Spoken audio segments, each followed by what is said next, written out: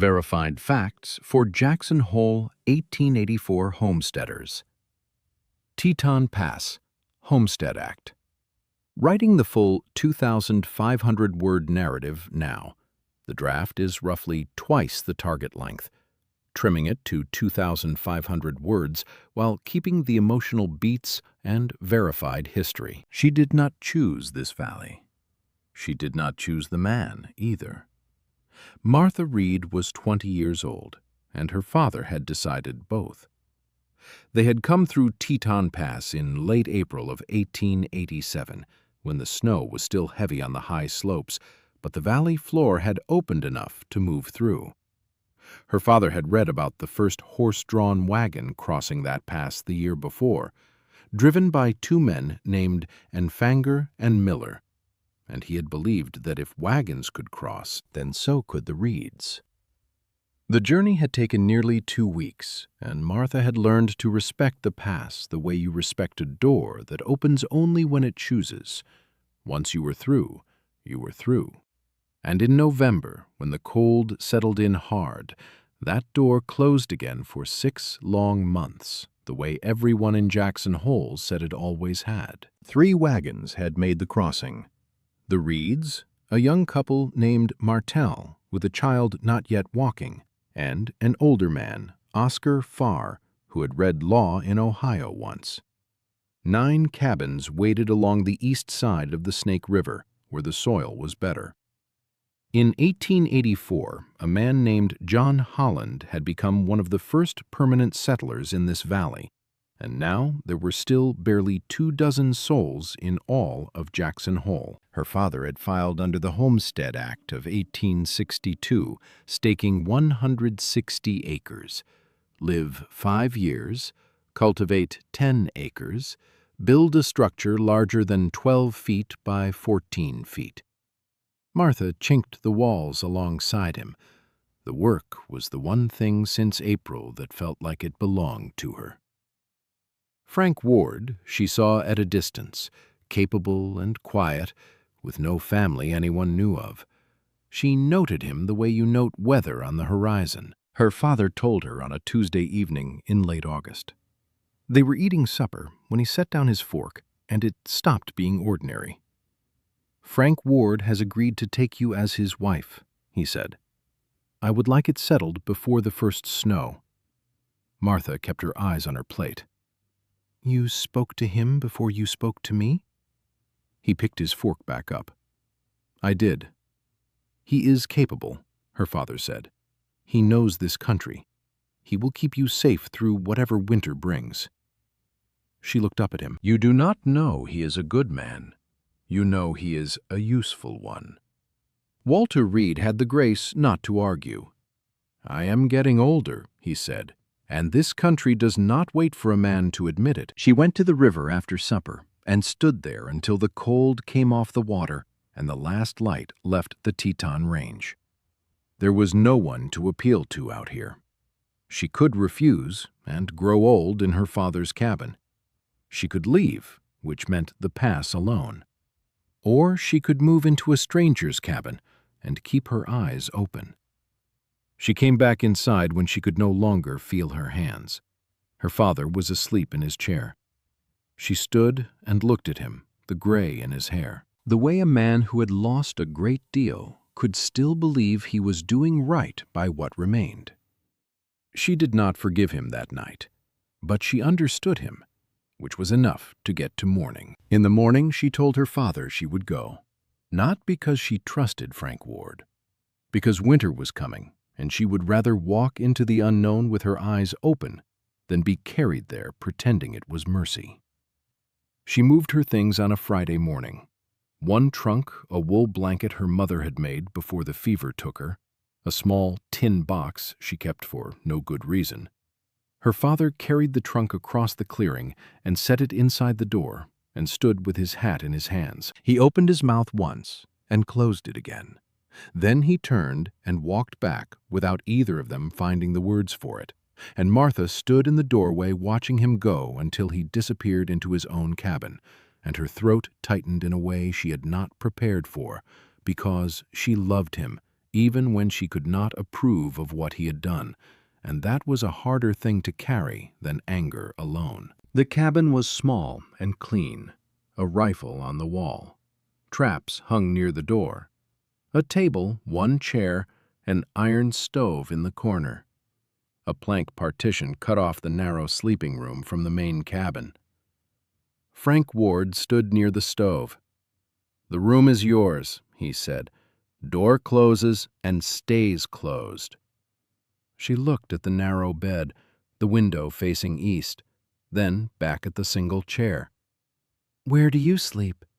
He nodded toward a bedroll already laid out on the floor beside the stove, folded neat and out of the way. "I know this was not your choosing," he said.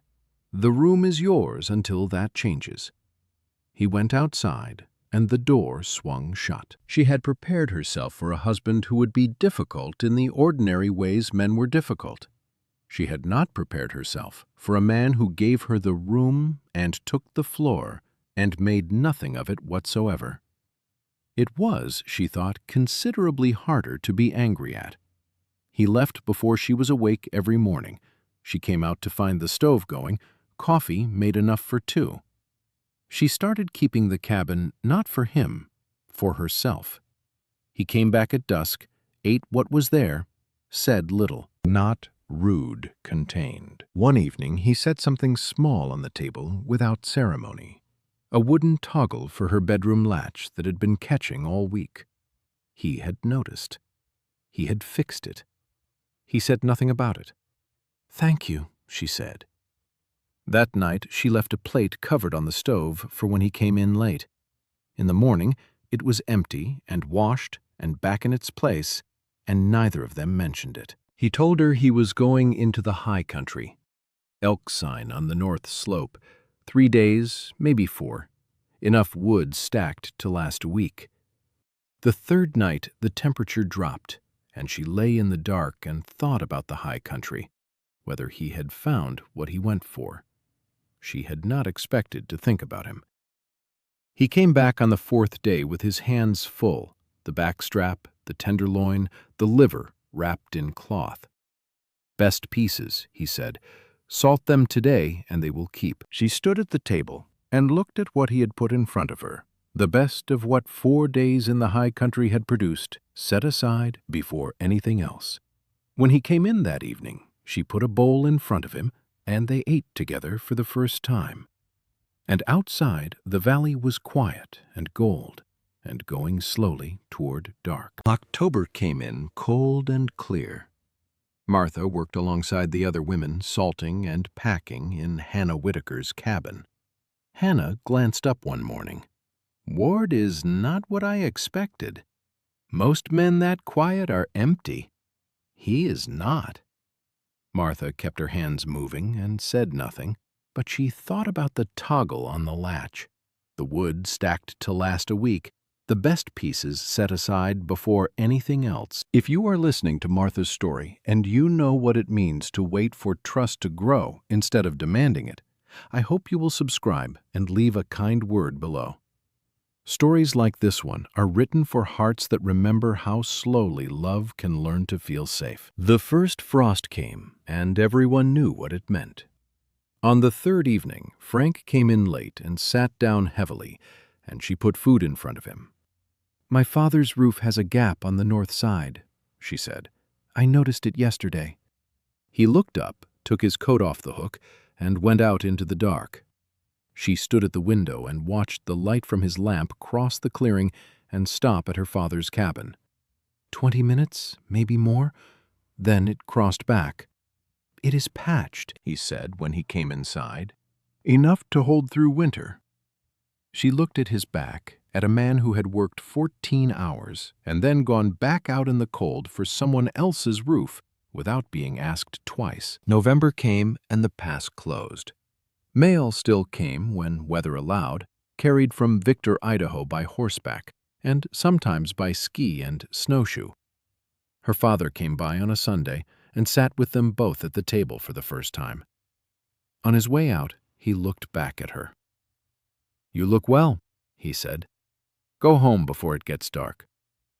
He smiled the rare, full one, and went across the clearing. Her father mentioned it on another Sunday visit, the way you mention weather. Came by yesterday morning, Frank did. Fixed the latch on my shutter.